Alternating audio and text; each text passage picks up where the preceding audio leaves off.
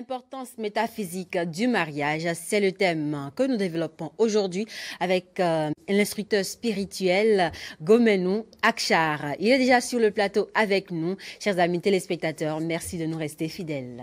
Que la lumière soit. Amen. Et je dis aussi que la lumière soit à tous les téléspirituels qui nous écoutent, chacun à la maison. Amen. Sur le plan métaphysique, que signifie le mariage? En fait, pour faire court, le mariage, c'est déjà la résolution de toute contradiction. C'est la résolution de tout conflit. À partir du moment où il n'y a plus de conflit du tout, à partir du moment où il y a la paix, il y a déjà ce que nous appelons dans le plan métaphysique mariage. En fait, lorsque on voit l'univers même est même l'exemple type même du mariage. Parce que l'univers va le voir que tout ce qui est dans la nature ne peut pas être enlevé de la nature. Vous voyez, on ne peut rien soustraire de la nature et le mettre ailleurs. L'ailleurs, c'est où? Donc, tout est déjà ici. Donc, c'est une union, en fait, qui est le mariage déjà. La vie est un mariage. Vous voyez? Donc, c'est pour faire recours à ça, que du point de vue extérieur, d'accord, on prend un homme, une femme, on les met ensemble pour pouvoir faire ce que la nature elle-même fait déjà en son sein, qui est se marier à elle-même. Venu du mot univers, il y a le mot uni dedans. Uni, faire le destin, c'est le mariage. Du point de vue métaphysique. Et nous n'allons pas oublier cet aspect-là de l'esprit, du corps et de l'âme que nous constituons. Et lorsque on arrive à unir les trois entités que nous sommes, alors on est parfait mariage. Donc le mariage en réalité, c'est d'abord se marier à soi d'abord. C'est d'abord ça qui est important. Comment me suis-je marié à moi-même, d'accord, avant de me marier à quelqu'un d'autre? Si à mon niveau, je n'ai pas résolu cette équation, même si on me donne une femme, je ne pourrai pas tenir à la relation. D'accord. Alors, dans cette définition, on voit déjà transparaître l'origine spirituelle du mariage, n'est-ce pas? Alors, pour se marier à soi-même, qu'est-ce que vous mettez dans se marier à soi-même? En fait, c'est simple. Autant que nous sommes, du point de vue spirituel, nous disons que l'homme est septenaire. Septenaire, c'est quoi? L'homme, en réalité, n'est pas ce que vous voyez. En fait, je ne suis pas ce que vous voyez. Ce que vous voyez, en réalité, c'est une partie de moi-même. Voici mon corps. Ce corps, ce n'est pas moi-même. Ce corps, c'est quelque chose que j'ai. Vous voyez un peu. Mais il n'y a pas que le corps seul. Il y a encore d'autres corps subtils. D'accord? Plus subtils que le corps physique. Les uns par rapport aux autres. Jusqu'à ce que on vient à l'entité que je suis même, qui est l'esprit. Donc, se marier à soi-même, c'est en fait arriver à dompter tous ces corps. Il y a eu des séries comme Hercule avec ses travaux où il devait dompter les animaux, les signes zodiacales. C'est un peu cela. C'est lorsque vous arrivez à dompter tous vos corps que justement nous pouvons véritablement parler du mariage avec soi-même. C'est aimer simplement ses émotions, d'accord, ses sensations, et se marier à ses actions qu'on pose, d'accord, à sa mémoire, à sa pensée, d'accord, et à son mental. Si vous arrivez à faire tout cela, en réalité, vous venez alors d'opérer ce que nous appelons se marier à soi-même. Ce qu'on appelle le père même. Le père, c'est quelqu'un qui doit arriver à être le père de la vie. D'accord. Le béton, je le rappelle pour les téléspectateurs qui nous suivent, c'est bien sûr en fond, en langue locale, fond, ça veut dire béton, comme ça on appelle l'homme chez nous. Alors, le mariage, c'est donc celui qui s'est marié avec lui-même, c'est donc celui qui est en harmonie avec ses convictions les plus profondes, pour faire court, c'est bien ça. Alors, quand on parle de corps subtil, de se marier avec un corps subtil, ainsi de suite, là, on est déjà entré dans la spiritualité, dans la recherche spirituelle. Justement. Et quand on a des croyances qui ne nous permettent pas de nous orienter vers cette quête-là, nos convictions personnelles ou religieuses ne nous permettent pas d'aller vers cette quête-là, comment est-ce qu'on peut simplement se marier avec soi-même et trouver une explication, une autre manière plus simple de faire la chose, de réaliser la chose? Comme je dis souvent, et c'est un exemple que je donne souvent aux gens de faire, c'est une expérience que vous pouvez le faire. Je vous assure, tout ça marche quand on le fait, cette expérience-là. Prenez un miroir.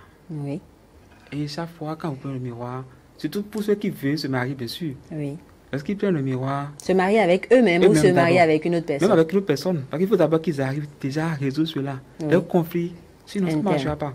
Donc ils prennent juste le miroir et qu'est-ce qu'ils font? Ils se regardent droit dans les yeux et ils se parlent. Ils se font la cour. Beaucoup ne le font pas. Vous voulez dire je t'aime à l'autre. Mais est-ce que ce je t'aime là, vous le dites à vous-même? C'est ça qui est important. Vous voulez dire à l'autre, ah, tu me plais. Mais jusqu'à quel point vous-même vous plaisez? Oui. C'est important de savoir ça. Parce que si vous-même, vous n'avez aucun amour envers vous-même, ce n'est pas à autrui que vous aurez l'amour. Ça ne marchera pas. On voit des relations de couple qui commencent devant nous, mais après, ça périclite. Voyez un peu. Donc, il faut d'abord apprendre à s'aimer. Et déjà, la technique du miroir peut beaucoup aider. Mais seulement qu'il faut le faire encore et ne jamais se lasser de le faire. Et combien de fois par jour, par semaine, comment ça se passe? Bon, je dirais une seule fois, surtout le matin. Oui. D'accord, quand on va à la douche. Tous les matins. Tous les matins, quand vous vous réveillez, faites-le. Avant de vous marier, vous allez voir que le constat d'abord qu'on fait, c'est quoi? Les paroles qu'on se dit à soi-même. Oui. Et c'est terrible, c'est extraordinaire.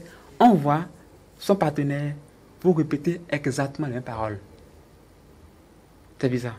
Vous allez voir. Si vous dites... Sur la durée. Sur la durée. Vous voyez, ça arrive. Vous avez dit, cette parole-là, mais je me suis dit ça une fois.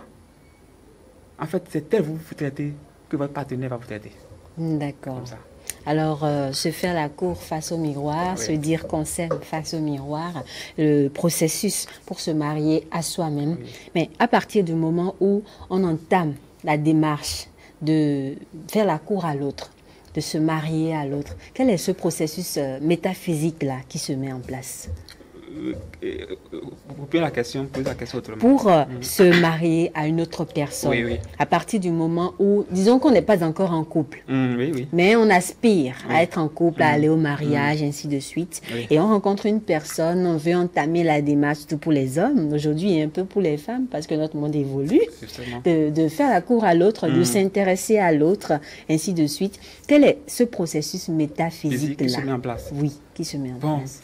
Pour vous dire la vérité, en fait, il ne peut pas avoir, comment dire, ce contact, si en temps ce contact n'a pas existé dans une vie antérieure. Est-ce que vous comprenez un peu? Nous n'avons pas... Systématiquement? Oui, forcément. Ce n'est pas notre première vie. Ce n'est pas la première fois, par exemple, que vous et moi, on est en train de discuter.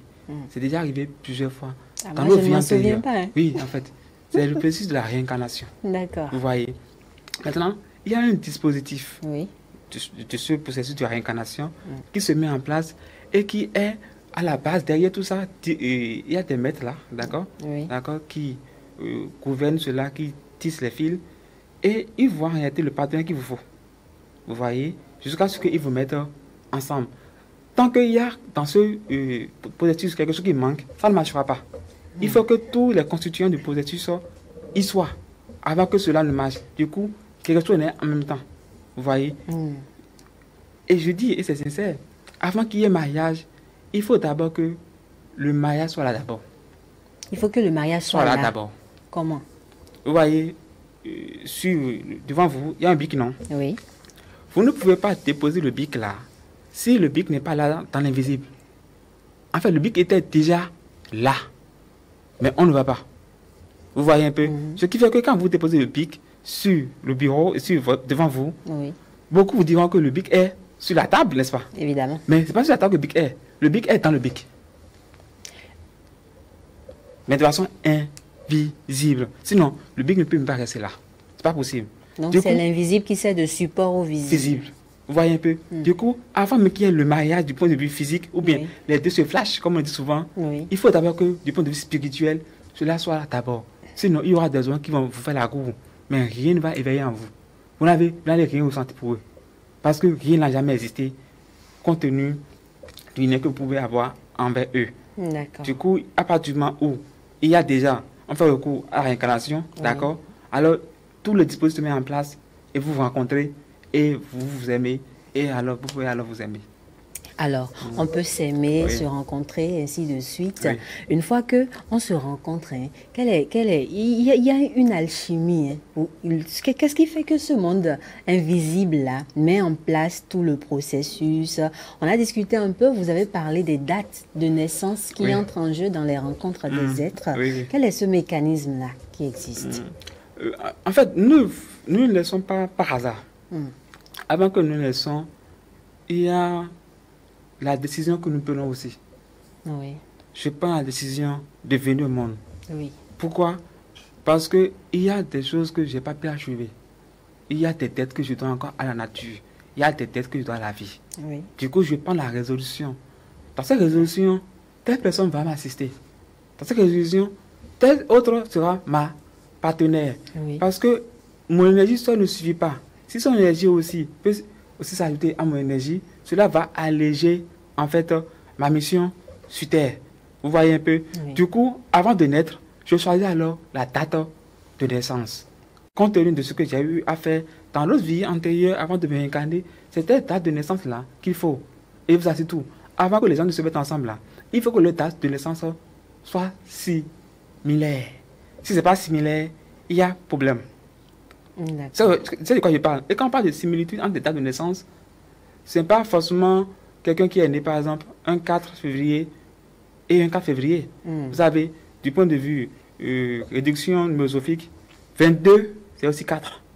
D'accord. 22 c'est aussi 4. Du coup, lorsqu'on retrouve cette similitude, on peut alors savoir que telle ou telle personne peuvent rester ensemble. Parfois, il arrive que les dates de naissance sont opposées. Parce que les dates, c'est des nombres. Il peut arriver que ces nombres-là soient opposés de forme. Exemple simple, deux nombres opposés, 1, 2 et 1, 5. Ils sont opposés de forme. 1, 2 et 1, 5. Ils sont opposés de forme. Et quand on les met alors ensemble dans la vie de couple, ça se complète. Ils se séparent. Ils se séparent. Oui. Parce qu'il y a une similitude, il y a une divergence. D'accord. Mais est-ce que pour entrer dans le mariage, avant d'entamer le processus du mariage, est-ce qu'il faut forcément maîtriser tous ces aspects-là où on peut aller au mariage parce qu'on le ressent, parce qu'on est amoureux de la personne et puis on se dit, bon, je l'aime bien, je veux construire ma vie avec lui, avec elle, ou est-ce qu'il est forcément nécessaire de maîtriser tout ça? En Afrique, on ne donnait une femme à un homme que lorsqu'il avait reçu son initiation. Vous voyez, on devait la mettre à la brousse d'abord. Vous voyez, il devait se faire initier d'abord, avant de se marier. Oui. Si vous n'avez pas certaines connaissances, vous ne pouvez pas vous marier. Et je refuse, et c'est sincère, à ceux-là qui veulent se marier et qui n'ont pas une certaine connaissance, ce n'est pas un jeu. Beaucoup le disent, hein, la vie au foyer, c'est compliqué. La vie au foyer, c'est des tensions. C'est difficile. Au départ, tu m'aimais bien. Mais depuis qu'on s'est mis ensemble là, les problèmes ont commencé. C'est normal que les problèmes commencent. Parce qu'ils n'ont pas cette connaissance à la base. Vous ne pouvez pas sortir avec quelqu'un si vous ne connaissez pas sa date de naissance, par exemple. Ça n'a pas de sens. Et si en temps, supposons qu'il n'a pas lui-même ne connaît pas sa date de naissance et que vous l'aimez, alors qu'est-ce qu'il faut faire alors? Il faut alors voir vos similitudes. Quelles sont les choses que vous avez en commun? Voyez un peu, non, pour voir la compatibilité qui existe entre vous. S'il n'y a pas de compatibilité et que vous vous mettez ensemble, après ça, la relation va s'éteindre comme un petit feu. Donc, même si on ne maîtrise pas tout ça, il faut quand même aller à la recherche de la connaissance de ces aspects. Trouver un guide qui peut vous aider. Oui. En fait, les parrains, d'accord? En fait, ce n'est pas les parrains du quartier, non. Les parrains, normalement, c'est les guides. Pour les spécialistes. Les initiés qu'on devait appeler, les initiés, qui devaient être le parrain, en fait, de ceux qui vont se marier. Vous pouvez choisir comme témoin les initiés. Lorsque vous prenez un initié comme un témoin, il sait alors comment vous orienter après. Mais s'il arrive un cas où la personne dans le couple, c'est la femme ou peut-être l'homme qui aime beaucoup plus son partenaire que l'autre, il trouve qu'il va faire sa vie, les deux finalement se comprennent, ils veulent faire le mariage, mais après le calcul des dates de naissance, on trouve qu'ils ne sont pas compatibles. Est-ce qu'ils doivent se séparer systématiquement ou quel choix leur est laissé? Pour ça, du point de vue spirituel, nous recommandons de faire le PPCM. Vous savez, quand on était au cours primaire, au cours secondaire, il y avait ces calculs-là qu'on faisait, le PPCM, c'est avec les normes qu'on fait ça. Donc on voit que les normes sont divergentes et qu'ils sont déjà ensemble. Vous voyez, on calcule le PPCM, d'accord, de leur date de naissance, pour voir ce qu'ils ont de commun. Le plus petit nombre en commun. Et c'est ce nombre-là qu'on met au sein du foyer. Et ça veut dire ça, ils travaillent. Ils fonctionnent désormais à partir de ce nombre-là. D'accord. Alors, on parle de mariage, mariage sur beaucoup de plans, le mariage spirituel, le mariage physique. On est dans le physique. Justement. Et dans nos familles et dans nos réalités africaines, on sait que à l'occasion d'un mariage, il y a la dot qui est donnée. La dot ne joue-t-elle pas un rôle quand même assez significatif dans le lien de deux personnes? La dot est extraordinaire. Et je dis à tout le monde, d'accord, qui veut se marier, de passer par là d'abord. Il faut faire la dot. Vous voyez, la dot, on utilise des symboles. Et il n'y a pas de dot sans symbole. Pourquoi?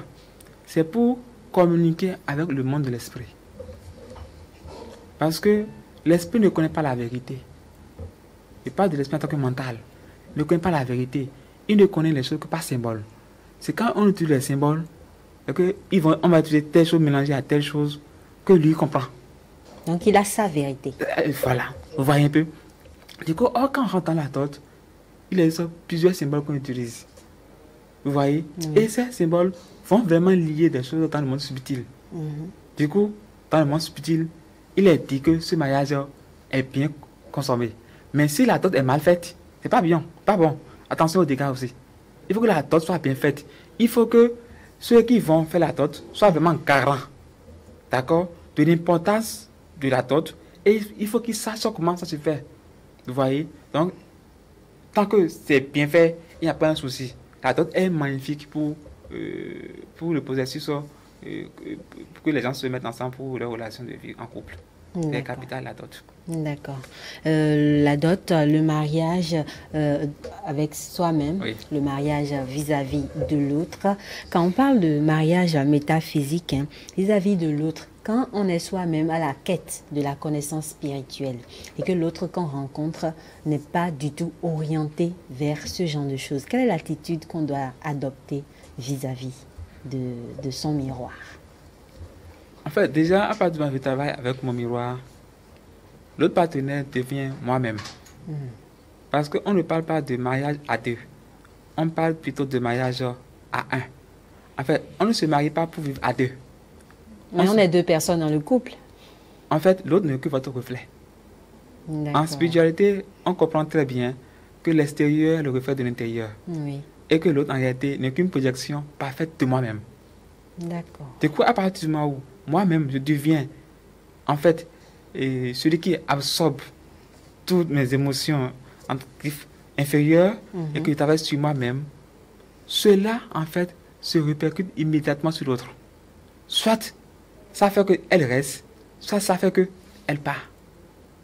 Vous voyez un peu? Parce que vivre ensemble aussi, c'est aussi une affaire de vibration. Si vos vibrations ne sont pas les mêmes, vous ne pouvez pas vivre ensemble. D'accord. Vous voyez? Du coup, par exemple, moi, je monte ma vibration. Je dois me connecter à l'autre pour qu'au moment où je fais des travaux, elle aussi, sa vibration soit en train de monter. Sinon, tout, ça ne marchera pas. Les gens se mettent ensemble parce qu'ils ont le même niveau de vibration. Qui se ressemblent, ça semble. Exactement. Et ce qui est encore marrant dans cette affaire de couple, c'est sincère, quand vous allez voir deux personnes s'aimer vraiment, vous allez voir qu'à un moment donné, ils commencent par se ressembler. Oui, souvent on constate ça. Voilà, c'est ça, parce qu'ils sont la même chose. Et c'est le mariage qui fait ça, c'est l'amour qui fait ça. Et dans le mariage, n'oublions pas, il y a le mot marié. Dans le mot mariage. Et marié vient du mot aimer, du verbe aimer. D'accord, quand on fait de l'anagramme, on va avoir le verbe aimer dedans. Et on retrouve à l'amour. Donc quand il y a l'amour entre les deux, ils deviennent une seule personne. D'accord. Ça m'amène à vous poser une petite question en griffe. Quand on prend le mot mari aussi, il y a aimer sans eux, bien sûr. C'est ça. Mais ça veut dire que dans le couple, c'est l'homme qui doit beaucoup plus aimer que la femme. Non, parce qu'on ne dit pas pour la femme, elle est ma mari, et ainsi de suite. En fait, l'amour n'est pas genre à proportion supérieure ou inférieure à tel autre, non. Quand on est en relation, en fait, ma partenaire ne peut que avoir pour moi l'amour que j'ai pour lui. Il n'y a rien à faire en tant qu'initié. Vous voyez un peu. Parce qu'il y a un âge pour ça. Donc ma partenaire ne peut que avoir le même amour. En fait, c'est moi qui suis en train de m'aimer moi-même. Est-ce que ce n'est pas égoïste, une manière de tout définir par soi? Non, pas dire que c'est de l'égoïsme parce que à son niveau aussi, elle aussi comprend que en m'aimant, c'est elle-même qu'elle aime. Il n'y a rien d'égoïsme en m'aimant, en vous aimant. C'est la réciprocité qui fonctionne. Il n'y a rien d'égoïsme là. D'accord. Vous voyez. C'est juste que je me retrouve à travers elle et elle se retrouve en moi. Et nous fusionnons très bien, elle et moi. Tout à l'heure, vous parliez de la vibration, du taux vibratoire de chacun des deux partenaires du couple qui finit par s'harmoniser. Est-ce que le partenaire qui est un initié, comme vous, par exemple, peut faire des travaux sur son conjoint ou sa conjointe pour pouvoir l'amener à ce niveau-là, inconsciemment? Inconsciemment, oui, ça se fait. Inconsciemment, oui, ça se fait. Et je pèse bien mes mots. Inconsciemment, ça se fait. Mais consciemment, le partenaire initié ne travaille pas sur l'autre. J'ai dit tout à l'heure, il travaille sur lui-même. Et ça se recharge sur l'autre qui n'est que son reflet. D'accord. C'est ça. D'accord. Alors, pour en revenir à nos réalités, on est un peu trop allé dans le spirituel. C'est vrai que si aux vivants s'intéresse un peu à tout. Oui, c'est vrai. Mais pour revenir aux citoyens lambda qui ignorent tout ça de la vie spirituelle, quand on parle de mariage, la religion, bien vivre sa religion, permet-elle de bien se marier? Oui, à divers niveaux, les religions en fait aussi, d'accord. Ils participent beaucoup au mariage, d'accord, aux mises en commun des couples. Mais ce qu'on constate à la fin, c'est les divorces parfois. On ne peut pas se marier et après divorcer, ça n'a pas de sens. Vous voyez? Parce que le déjà, vrai mariage, c'est jusqu'à la mort. Jusqu'à la mort. Parce que quand c'est fait, il y a des énergies qui se mettent en place et qui vous soutiennent toute votre vie. Donc, s'il y a à un moment donné divorce, où il y a eu malcompréhension et qu'il y a eu rupture, cela suppose que les énergies qui ont été mises dès le départ au mariage n'ont pas été suffisantes ou ont été corrompues. Si c'est bien fait, le mariage, c'est pour la vie en fait. En fait, on se marie toujours pour la vie. Et quand on se marie, à divers niveaux, on crée toujours quelque chose. En fait, le mariage donne le pouvoir de créer. Rappelez-vous de la nuit des noces à Cana. D'accord? Jésus a fait son premier miracle au mariage. Oui. Vous voyez? C'est quand il y a mariage qu'il y a création. C'est comme si le bien et le mal se mettent ensemble. Vous voyez? Oui. Alors, à partir du moment où, c'est un peu comme l'électricité, d'accord, et le magnétisme. Quand les deux se mettent ensemble, il y a quoi? Il y a le courant qui se manifeste. Vous voyez? Oui. Du coup, c'est important. Ils font leur rôle, ils jouent leur rôle, mais je vous assure, tout en tant qu'initié, c'est beaucoup plus physique ce qu'ils font. C'est beaucoup plus physique. Cela ne va pas forcément, et cela ne va pas dans la réalité spirituelle. Parce que les choses doivent quitter le spirituel pour agir sur le plan physique. Mais eux, c'est beaucoup plus physique que ça se manifeste. Ça va un peu dans la dimension subtile, mais pas loin. D'accord. Et pour ces couples-là qui n'ont pas systématiquement célébré leur mariage, mais qui vivent ensemble, et on parle souvent de concubinage ou de conjoint de fait, ainsi de suite, est-ce qu'ils peuvent être mariés sans avoir été à l'église? Comment est-ce que ça se passe?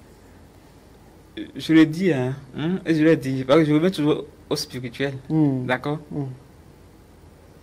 Le mariage, ce n'est pas ce qu'il fait à l'église. Pas forcément ça. D'accord. Le mariage, c'est le premier sourire que fait la femme. Le premier sourire? Oui, que je le fais. Le mariage, c'est la première fois que je l'ai convoité. C'est ça déjà le mariage. Je le dis parce que, en allant la convoiter, je me suis déjà marié à moi-même d'abord. Du coup, cela devient un fait. Aussitôt, quand on se met ensemble, elle cherche aussi à se marier. Parce que je le suis déjà. Et je vois alors mon autre moi qui cherche à faire ce que je suis en train de faire.